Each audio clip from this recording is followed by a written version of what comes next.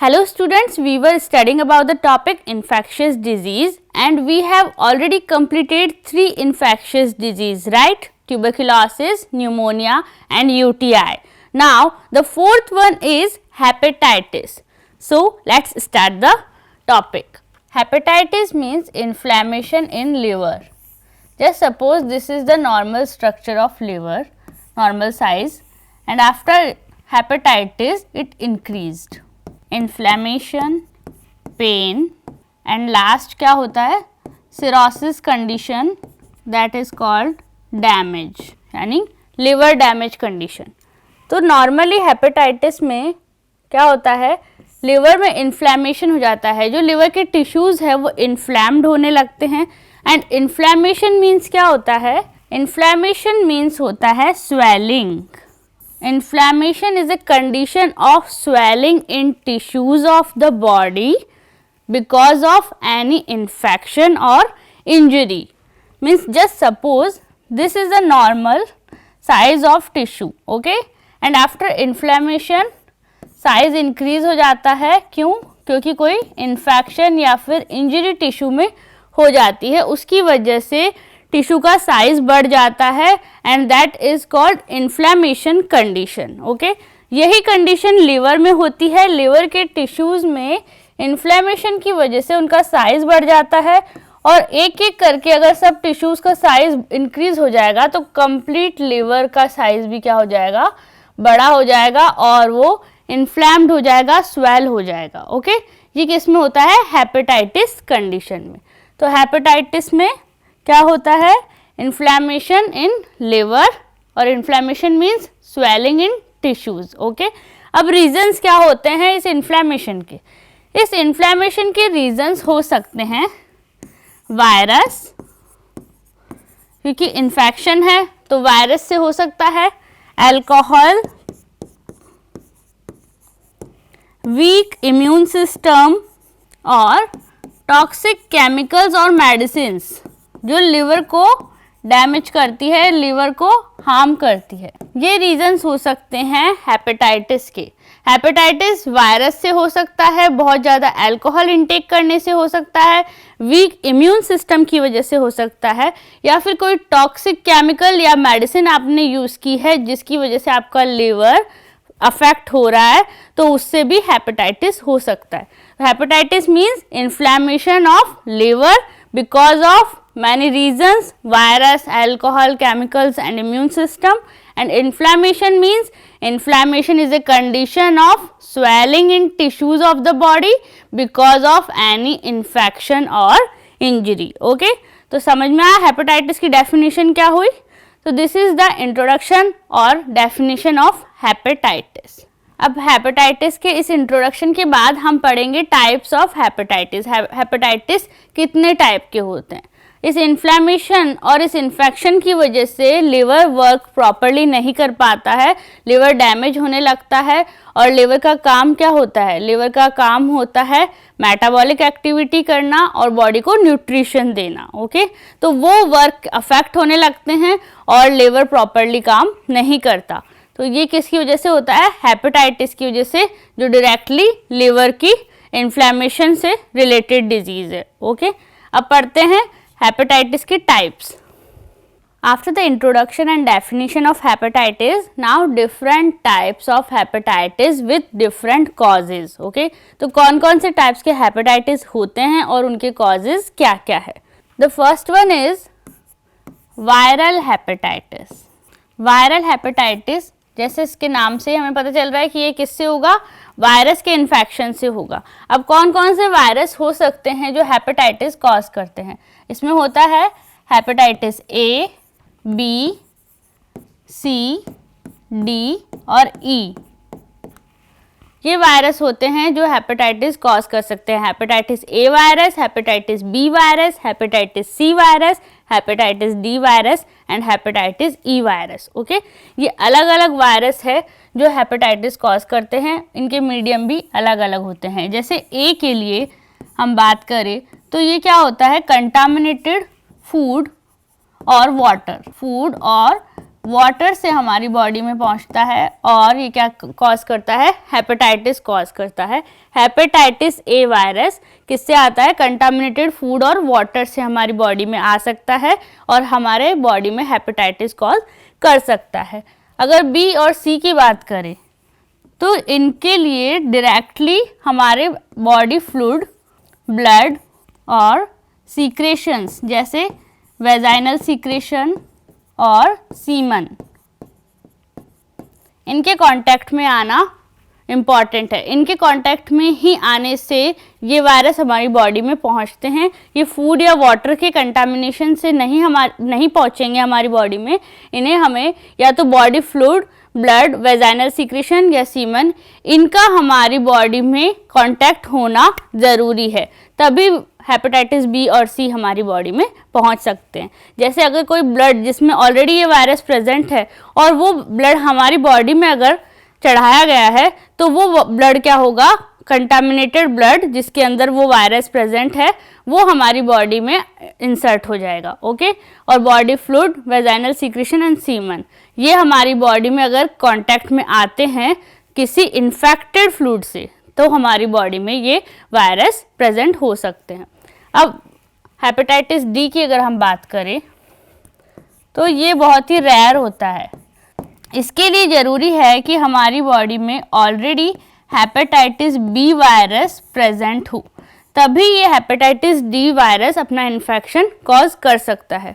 तो अगर हमारी बॉडी में hepatitis B virus already present है और फिर हेपेटाइटिस डी का कांटेक्ट अगर होता है तो फिर हमारी बॉडी को ये इन्फेक्ट कर सकता है। ओके, तो इसके लिए क्या ज़रूरी है कि ऑलरेडी हेपेटाइटिस बी वायरस हमारी बॉडी में प्रेजेंट हो। And the last one is hepatitis E. E के लिए ये भी कंटामिनेटेड वाटर से ही होता है, बट इसमें क्या है, फीकल मैटर प्रेजेंट होता है। ओके, तो ये रीजंस थे और ये कॉजेज है hepatitis A, B, C, D, E virus जो इन मीडियम से हमारी बॉडी में पहुंच सकते हैं और हमारी बॉडी को इन्फेक्शन कॉज कर सकते हैं। ओके, तो ये वायरल हेपेटाइटिस। इसके बाद है सेकंड, अल्कोहलिक हेपेटाइटिस। मीन्स बहुत ज़्यादा अल्कोहल कंज्यूम करने से हेपेटाइटिस हो सकता है, लिवर डैमेज हो सकता है, लिवर के फंक्शंस अफेक्ट हो सकते हैं, जिसे हम बोलते हैं alcoholic hepatitis. Third one is toxic hepatitis. Toxic hepatitis किससे होता है, मैंने आपको बताया केमिकल और मेडिसिन से, जो हमारे लिवर को अफेक्ट कर सकती है, उसके वर्क को अफेक्ट कर सकती है, जिससे वो प्रॉपर फंक्शन नहीं कर पाता। इसे बोलते हैं हम toxic hepatitis.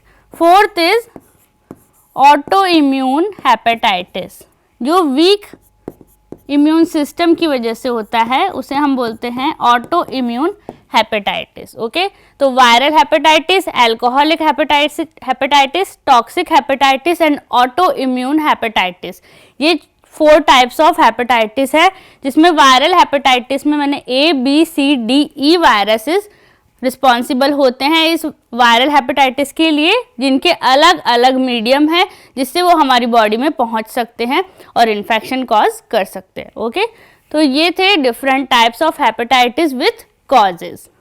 After the types of hepatitis, now symptoms और क्लिनिकल मैनिफेस्टेशंस। मीन्स सिम्टम्स और क्लिनिकल मैनिफेस्टेशंस कौन कौन सी है, हेपेटाइटिस में कौन से सिम्टम्स शो होते हैं। तो इसमें है fever, fatigue, nausea, vomiting, loss of appetite. मैंने आपको बताया था कि लिवर मेटाबॉलिक एक्टिविटी से एंड न्यूट्रिशन से रिलेटेड वर्क करता है, उसकी जो फंक्शनिंग है वो मेटाबॉलिक एक्टिविटी और न्यूट्रिशन को अफेक्ट करती है। तो यहाँ पे लॉस ऑफ एपेटाइट, अगर मेटाबॉलिक एक्टिविटीज़ प्रॉपरली नहीं होगी तो एपेटाइट भी अफेक्ट होगी, तो भूख नहीं लगेगी।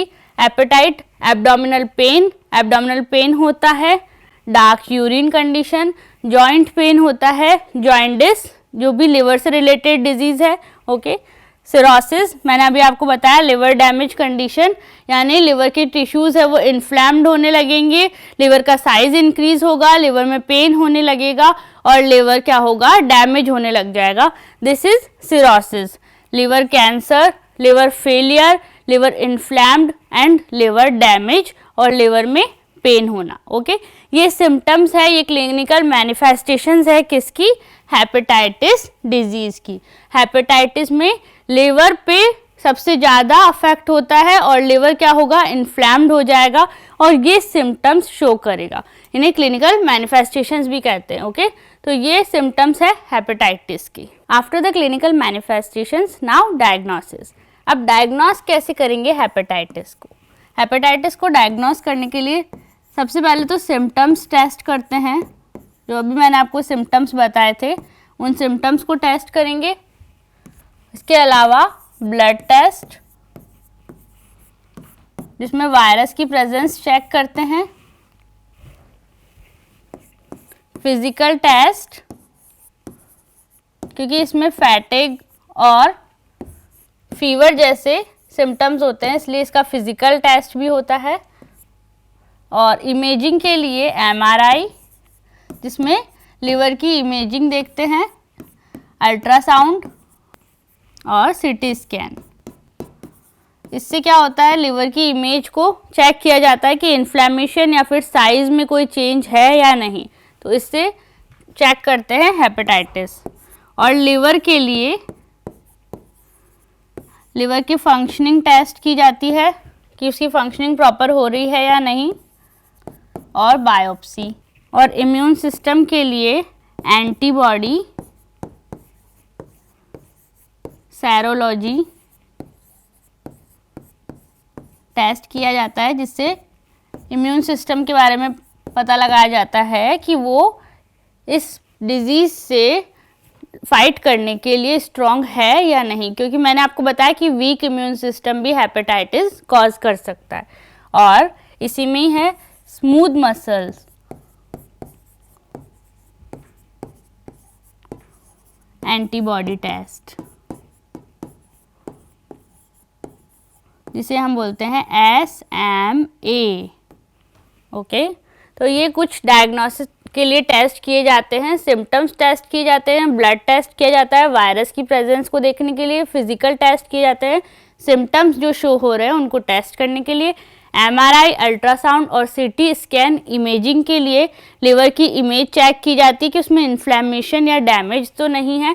लिवर फंक्शनिंग टेस्ट होता है, बायोप्सी, ये भी लिवर टेस्ट है, एंटीबॉडी, सेरोलॉजी टेस्ट जो इम्यून सिस्टम के लिए टेस्ट किए जाते हैं, एंटीबॉडी सेरोलॉजी टेस्ट और smooth muscles antibody test. Okay, तो ये डायग्नोस करने के लिए टेस्ट है हेपेटाइटिस को।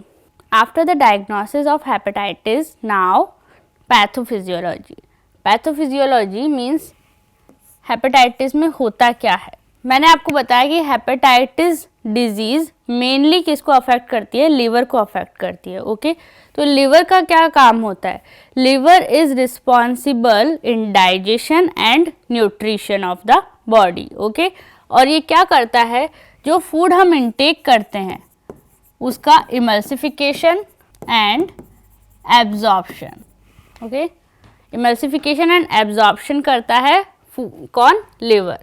अब एब्जॉर्प्शन और इमल्सिफिकेशन लिवर करेगा, और अगर लिवर डैमेज हो जाएगा या फिर उसकी फंक्शनिंग प्रॉपरली नहीं होगी तो क्या होगा, बॉडी की मेटाबॉलिक एक्टिविटी अफेक्ट होगी और इम्यून सिस्टम अफेक्ट होगा। ठीक है, तो हेपेटाइटिस वायरस क्या होता है, डायरेक्टली लिवर को अफेक्ट करता है, जिससे लिवर की फंक्शनिंग, जो इमल्सिफिकेशन, एब्जॉर्प्शन और हमारे फूड का डाइजेशन करना, ये जो फंक्शनिंग है ये क्या हो जाती है, डिस्टर्ब हो जाती है। और हेपेटाइटिस का मैंने आपको बताया कि various route of transmission of hepatitis, जैसे मैंने आपको बताया hepatitis A, B, C, D और E, इनके अलग अलग रूट्स ऑफ ट्रांसमिशन है। मैंने आपको बताया था food, water contaminated and fluid, blood, okay, semen, vaginal secretions, ये अलग अलग रूट ऑफ ट्रांसमिशन है जिससे ये हमारी बॉडी तक पहुंचते हैं। ओके, तो ये क्या करते हैं, जब ये वायरस लिवर तक पहुंचेंगे, यानी लिवर में ये जब वायरस पहुंचेंगे तो क्या होगा, लिवर की सेल्स में जब ये वायरस पहुंचते हैं तो हमारी बॉडी की इम्यून सिस्टम को मैसेज जाता है कि यहाँ एक एबनॉर्मल प्रोटीन लिवर की सेल में प्रेजेंट है। ओके, जिससे हमारी बॉडी की इम्यूनिटी जो हमारी बॉडी का इम्यून सिस्टम है वो एक्टिव होता है और CD8 पॉजिटिव टी सेल्स,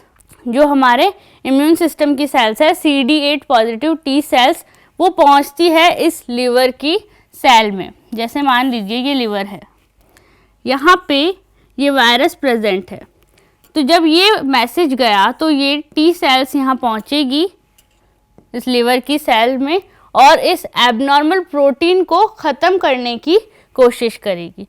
तो ये क्या करेगी, ये जो हेपेटोसाइट से मिलके यानी लिवर्स की सेल्स से मिलके साइटोटॉक्सिक और किलिंग प्रोसेस स्टार्ट करती है।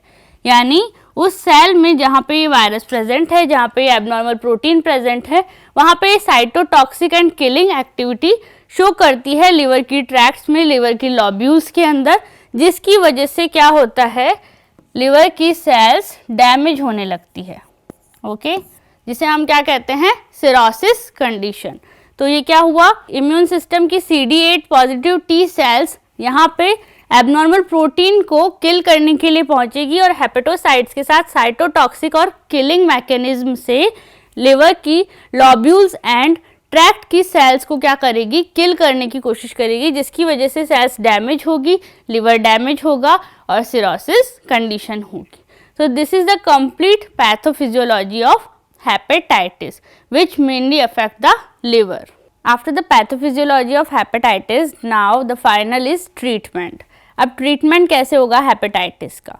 As I always told you, दो टाइप के ट्रीटमेंट होते हैं, non pharmacological and pharmacological treatment. Non pharmacological treatment जिसमें हम नॉर्मली बेसिक लाइफस्टाइल को इम्प्रूव करके डिजीज़ को क्योर करते हैं। ओके, तो नॉन फार्माकोलॉजिकल ट्रीटमेंट में हेपेटाइटिस में क्या हो सकता है, मैंने आपको बताया कंटामिनेटेड फूड एंड वाटर, इनसे हेपेटाइटिस हो सकता है। तो हमें कंटामिनेटेड फूड और वाटर से अपने आप को बचाना होगा। तो प्रिवेंट क्या करना होगा हमको, कंटामिनेटेड फूड एंड वाटर।